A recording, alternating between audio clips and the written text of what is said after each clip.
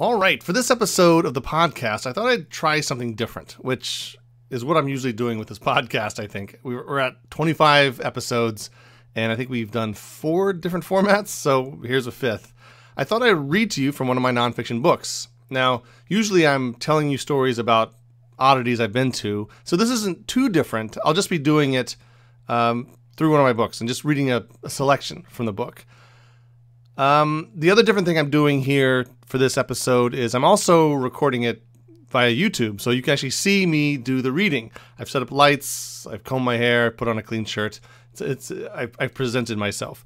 So if you want to see the reading, you can see the YouTube version. If you just want to hear myself or hear me, which I totally understand, just through regular podcast avenues. But the reading I want to do for this episode is from my book, A Season with the Witch. And for those of you not watching it on YouTube, I'm holding up the orange book, or the book with the orange cover right now, with the black lettering and the witch hands throwing lightning bolts at the title.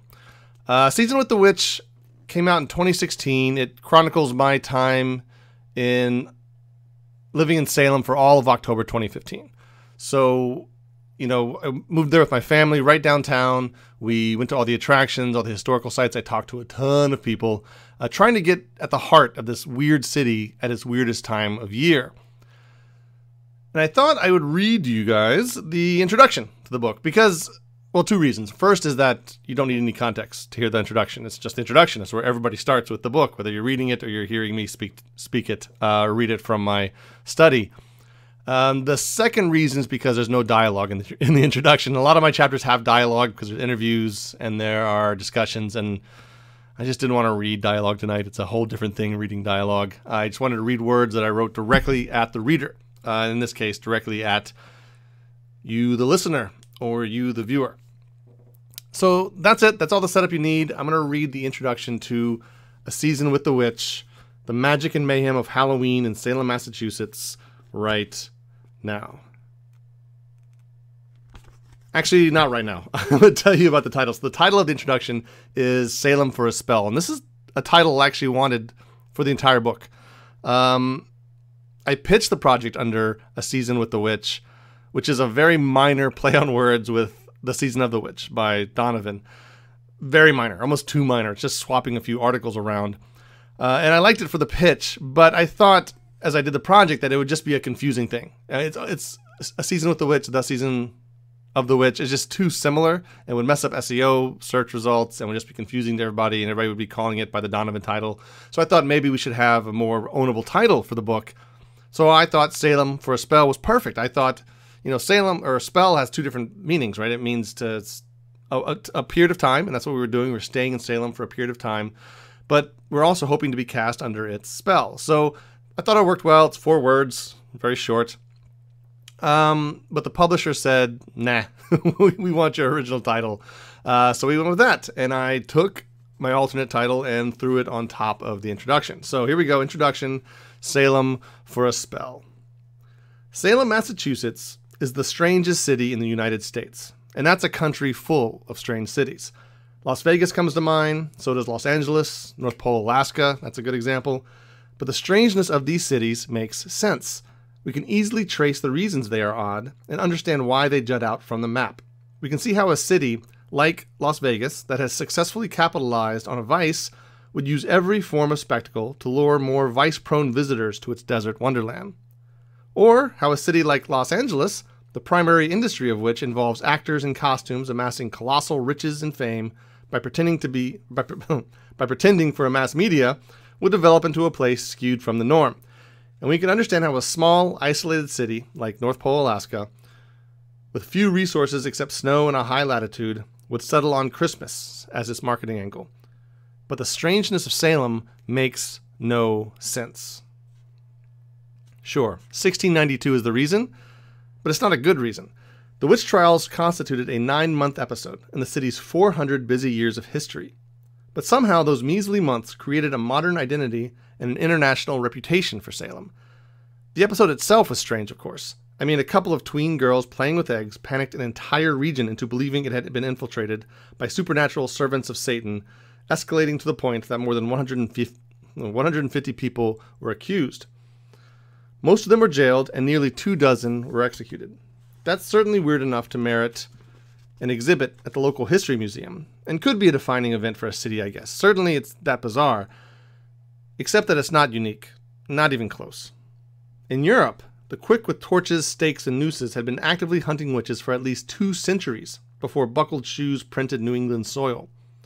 Estimates place the number of victims of the European witch hunts at anywhere from 50,000 to 200,000. So at the low end, holy cow, that's a lot. And at the high end, holy cow, that's a lot. In 2011, Vardø, Norway erected a memorial to the 91 victims of its 17th century witch hunt. Lancashire, England, long ago turned its Pendle witches, in which 10 people were hanged in 1612, turned its Pendle witches incident, in which 10 people were hanged in 1612, into a tourist draw. Torsåker, Sweden, has a witch memorial for the more than 70 victims who were beheaded and burned in 1675. So does Ellwangen, Germany, for a staggering 450 victims in the late 1500s and early 1600s. Seguramente, Spain, has a whole museum dedicated to its witch trials of 1609, in which some 7,000 were accused, and I am fully aware that that's not how you pronounce any of those cities. There are other memorials and museums all over the continent. They're just hard to find because Salem overpowers the search results, despite not being anywhere near the deadliest, strangest, nor most poignant witch trial in human history. Even all the dramatic stuff, like burnings at the stake and dunking chairs, that never happened in Salem. The Salem witch trials weren't even the first witch trials in America.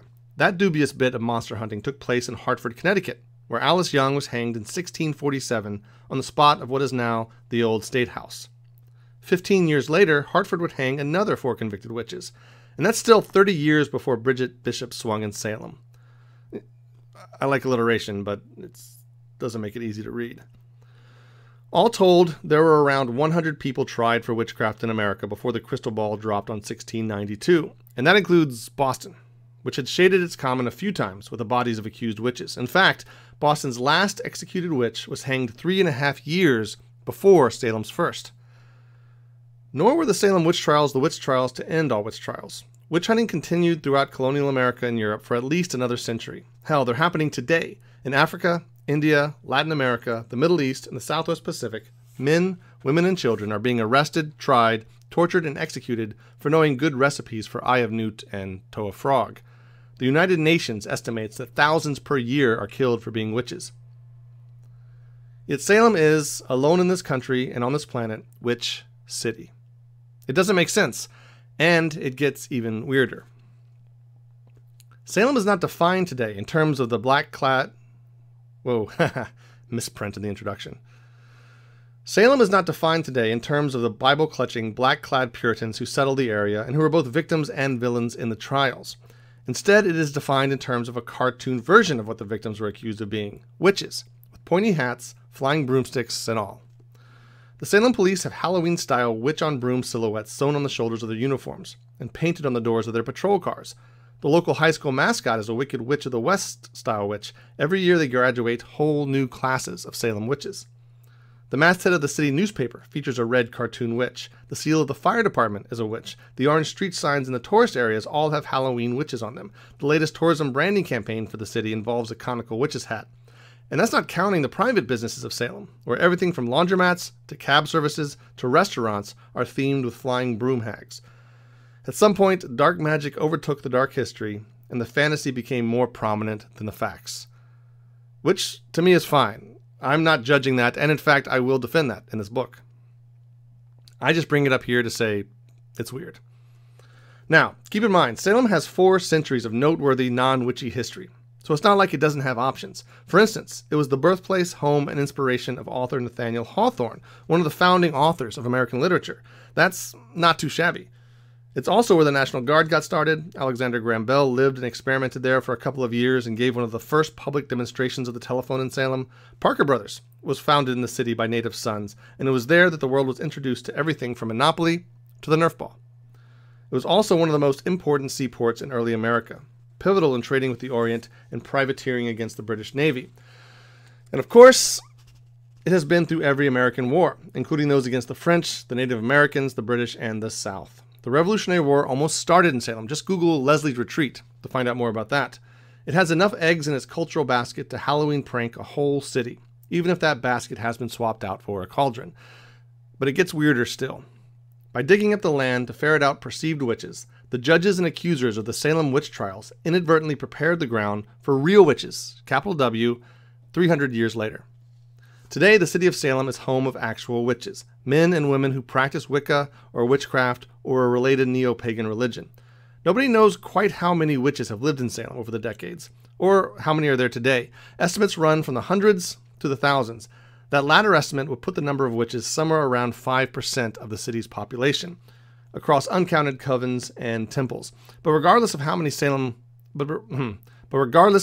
witches live in Salem, the religion is undeniably a prominent part of the city's culture and economy, and a powerful draw for witches across the world. But wait, still weirder. The Salem witch trials is the founding event of the American horror genre. What 1776 is to American history buffs, 1692 is to American horror buffs. Salem isn't just a city, it's a space in popular culture, a haunted space in popular culture. Somewhere along the timeline, the city transmogrified into America's capital of creepy. It became a monster mecca. There is no werewolf city or vampire city or zombie city, so which city welcomes them all? Today, the city has monster museums and haunted houses, ghost walks and graveyard tours. If you're a fan of the macabre, you put Salem on your travel list, especially if it's Halloween. Every year, Salem throws a month-long Halloween party. This small city of 42,000 swells to more than 250,000 in October. For many, Salem is Halloween Town, which isn't a bad place to be for a holiday that neared $7 billion in sales in 2015 in the United States. But don't get me wrong, the witch is still the queen of the monsters in Salem. Many movies and television series and novels about witches were inspired by, set in, or filmed in which city. And for the ones that aren't, no story can get even close to witches without at least name-checking Salem. J.K. Rowling couldn't even create a British world of wizards without doing so in her Harry Potter series. In this era of primetime horror television, when zombies and vampires and ghosts and psychos dominate the time slots and channels once ruled by comedians, cops, and lawyers, of course there are witches, and of course Salem is represented. In 2013, the supernatural show Salem launched on WGN America, and it is filming its third season as I write this book. I'm sure the show is just pitched on that one word, Salem. Salem is the weirdest city in the country. It might even be in the running for the world crown. And you know what? I'm going to dive up to my hairline in this odd cauldron, and you're coming with me. We're going to visit the remaining witch trial sites, from graves of judges to proposed execution sites to still standing houses of trial participants. We're going to explore Salem like it's 1692, overlaying its ghost across the contemporary landscape of the city like modern-day necromancers.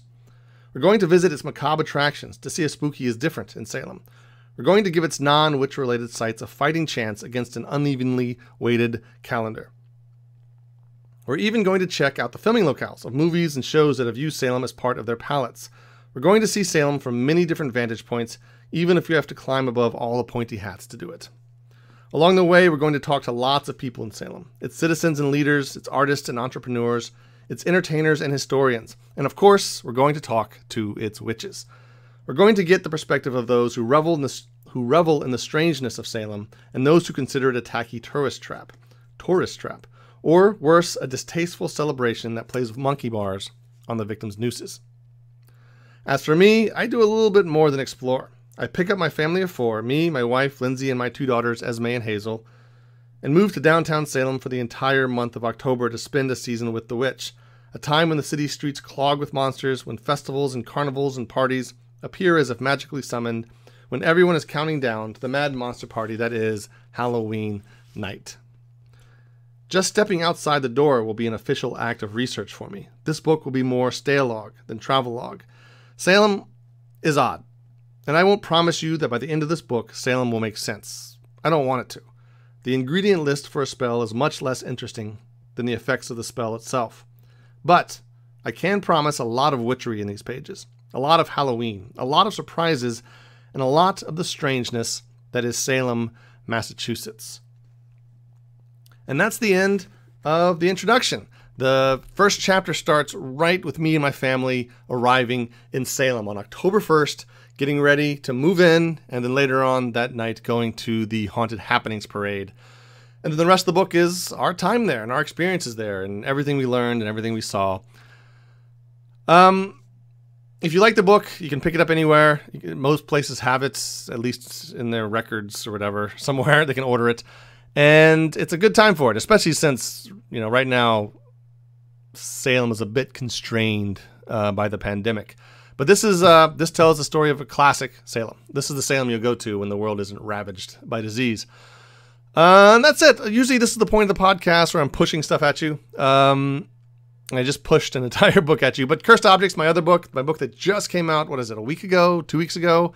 It's fresh out, and I'm hearing good things about it, so I might pick it up myself. No, it's out, and I hope you like it. It's a beautiful book, well designed, and one I am very proud of. It's, all places you buy books as well.